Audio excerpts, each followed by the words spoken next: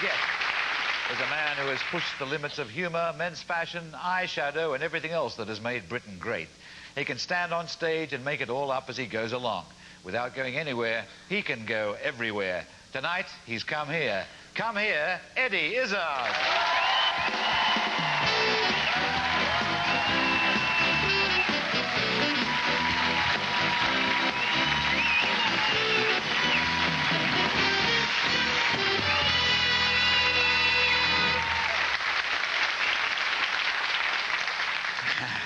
So I find walking up the weirdest thing, because you become, when you're doing telly things, because it's just weird, because you become so self-aware of your walking. You go left foot, right foot, move the arms, don't move the arm more. No, that's too weird. Oh, it.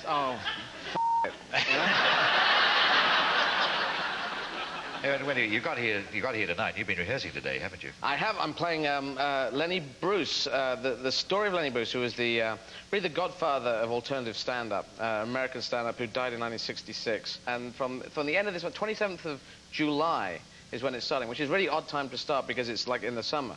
But I'm just doing it that time because I wanted to do it, and Peter Hall's directing it, and it's a crossover. It's a mixture of... I have to do Lenny. I have to do his stand-up and try and be honourable to him and not do me. Because I think critics are going to come along and saying, am I doing me? But we sort of cross over in certain ways. He liked to ad-lib, I like to ad-lib. He liked to put history into his stuff, I like to do that. He was much more angry and hard-hitting, and I'm much more...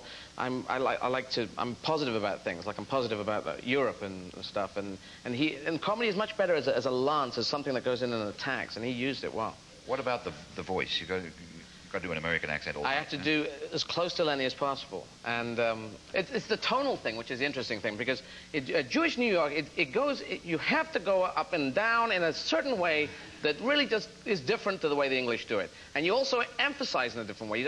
I didn't want to do that. That's very New York or Jewish. It's very, very American, actually. I didn't want to do that. In Britain, we'd say, I didn't want to do that. And it's personalized. It's just this sort of American being much more positive and go-getting and pioneer and big things and running around in bears. But you've got a great ear for, and you've got an ear for America, actually. The way Americans speak, actually. I don't think I have a very good ear. Well, actually, I have a good ear, but I hear too much. It's like I'm getting all the signals of all the television stations coming through. So I get the accent, but then it wanders off and becomes African, and then goes to Australia, and comes back, and then it's Lenny, and then it'll go off. Like my James Mason would just cruise over and become his cousin, and then his aunt, and then come back. So it's actually just staying on the train lines, which is my problem. You're a fan of American movies generally. They're part of your education. Eh? I'm a nut on film. I'm not on all films, you know, and it doesn't have to be American ones. I like the day when a British movie was a British movie. It was for the Empire. It had people like John Mills or Anthony Steele in it. You knew where you were. Well, the Second World War was great for Britain because, especially for the English character is very reserved and, look, there's a sausage there and stuff like that. But if you take that non-emotional front, which is a very stereotype, but that's sort of where the English can land, and then you take a war happening thing, we go, right, well, I think we're going to stop this war, shall we? Yes, come on, let's go and kill them, shall we? Yeah. You know, that sort of thing in the film Waterloo. I think I've lost a leg. Have you lost a leg? Yeah, I've lost a leg. Thank you very much. I didn't have that back. And it was that, in the face of adversity, that sort of non-emotional thing really works. But when we're at peace, it doesn't, you know, when you're just sort of rags, a cup of tea, yes, you know, the whole film's about a cup of tea. Another cup of tea, yes, yes. Have you heard about Mrs. Jones? What happened? Nothing at all. She had a cup of tea. It was all stiff British upper lip, and stiff upper lip British lip thing. And it really worked in that context, and that was... That's why, you know, like The Great Escape, which I'm a big fan of. I believe it was a terrific movie, but the Americans took it over, didn't they? Because Steve McQueen was in it. Well, they dropped Steve McQueen into it, who wasn't in the true story. There was no Americans in the camp, was there? No, well, there were before, but they'd left, knowing the history of it. And but the thing was, I was talking about this because I'm just a nut on The Great Escape, and I love it. Like it was always on at Christmas, wasn't it? It was always on at Christmas. You go, oh, it's on Christmas. Why Christmas? I don't know. You know, you switch it on because people wanted to escape their families. That's yeah.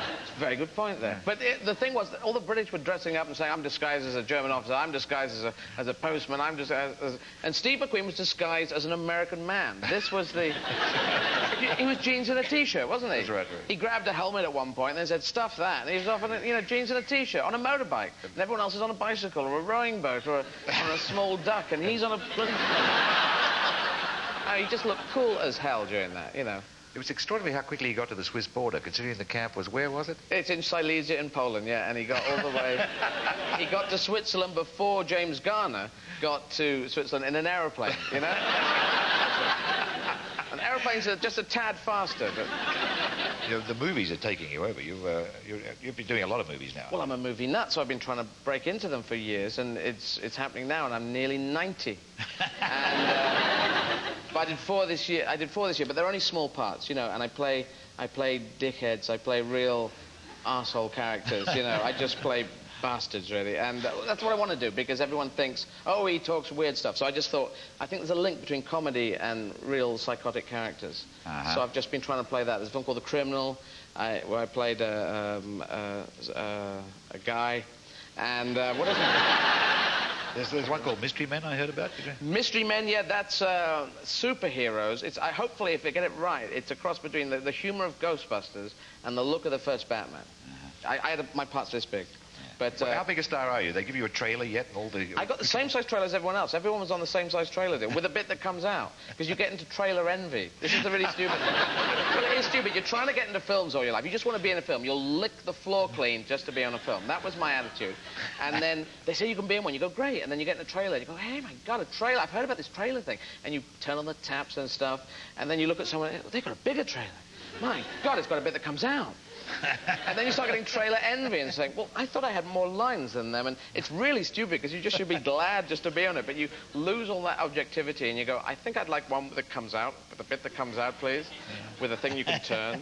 I think your confidence is just remarkable. I've watched you, and your act would scare me to death if I didn't know that somehow you were going to think of something. But you will actually think of it, wait for it on the spot and think of it.